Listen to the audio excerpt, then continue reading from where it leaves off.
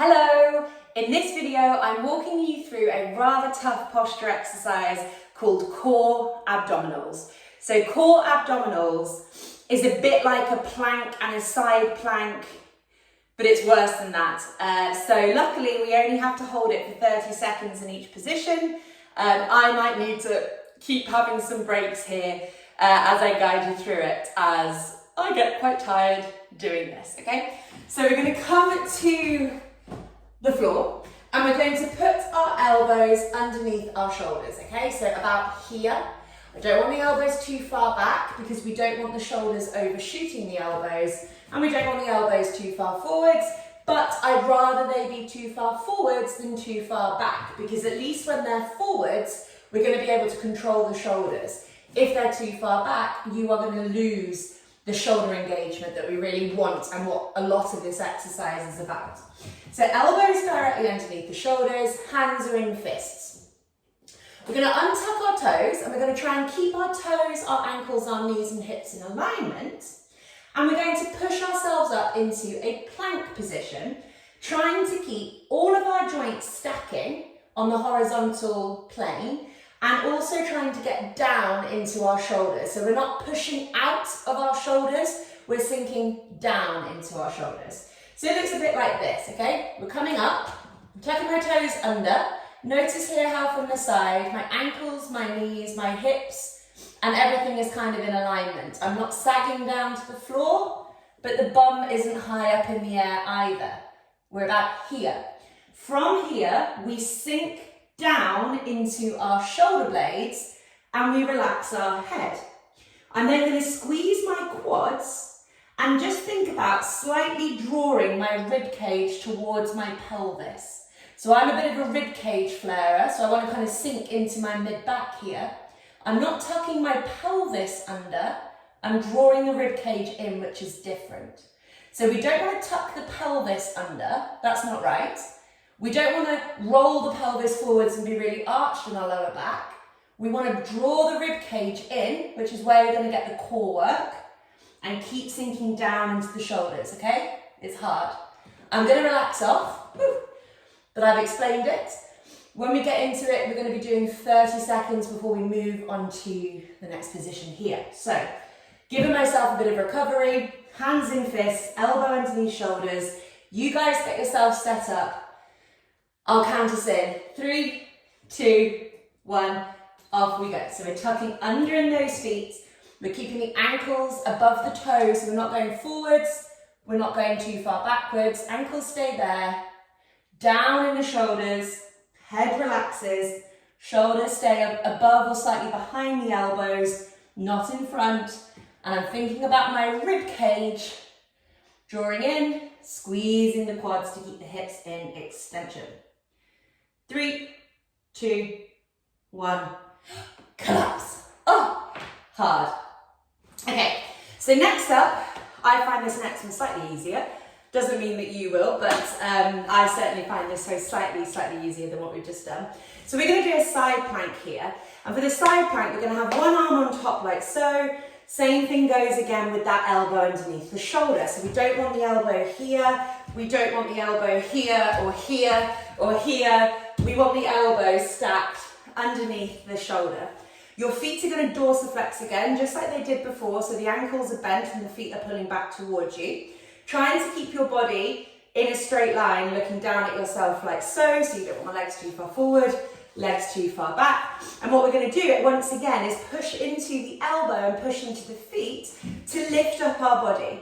We're sinking down and collapsing into our shoulder. So we're really pulling that shoulder blade back and down behind us, but we're not sinking in the hips like this. So once again, on that diagonal plane here, we're keeping our body stacked in a straight line, okay? I'm going to relax off, give myself a break for a second, and we're going to do 30 seconds again in this position, swap sides, and then we've got a really beastly one to finish with.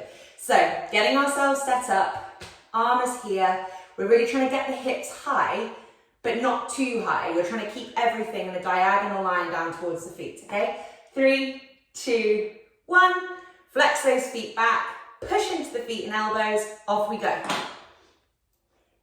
And notice here how I'm trying to keep my head in a straight line too, which is obviously a little bit easy when you've got yourself on camera, but I kind of want to do that.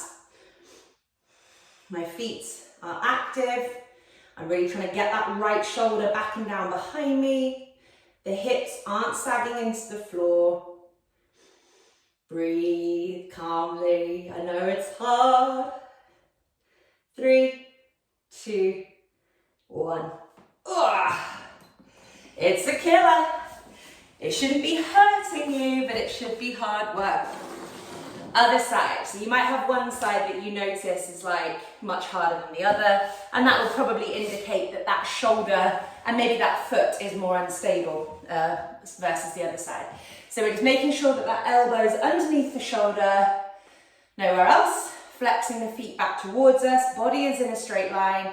We're pushing into the feet, we're pushing into the elbow, but when we're trying to pull that shoulder blade back and down behind us, so we don't want to have anything like this going on.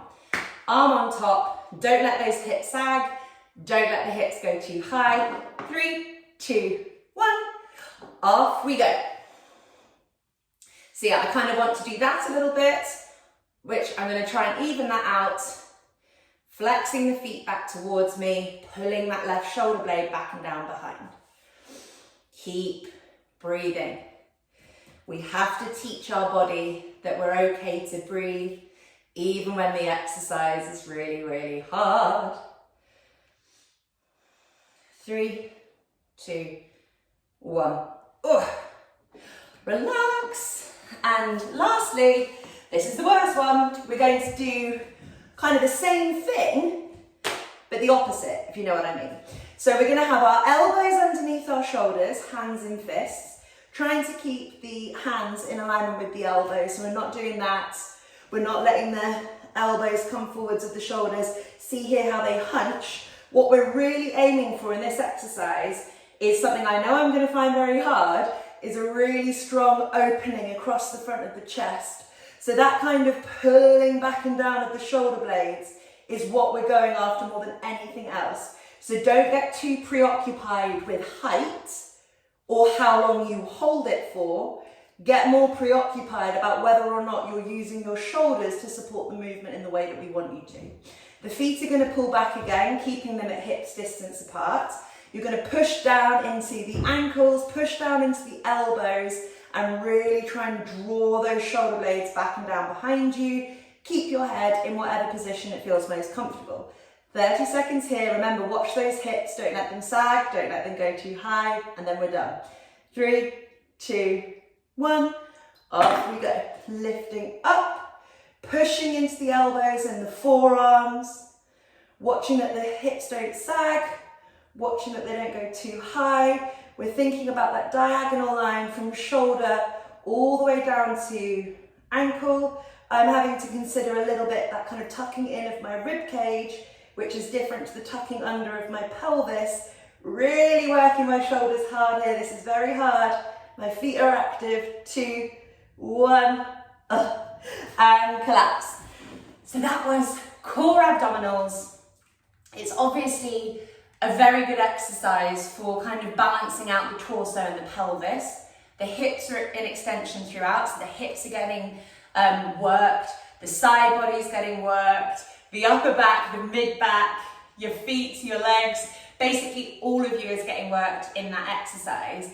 What it's a really good exercise for is establishing the load joints. So by the load joints, we mean the ankles, the knees, the hips and the shoulders, but establishing the load joints back into vertical alignment again.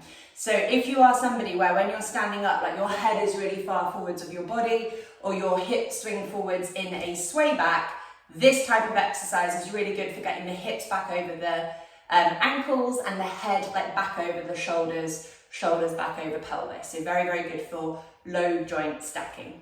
Hope you enjoyed.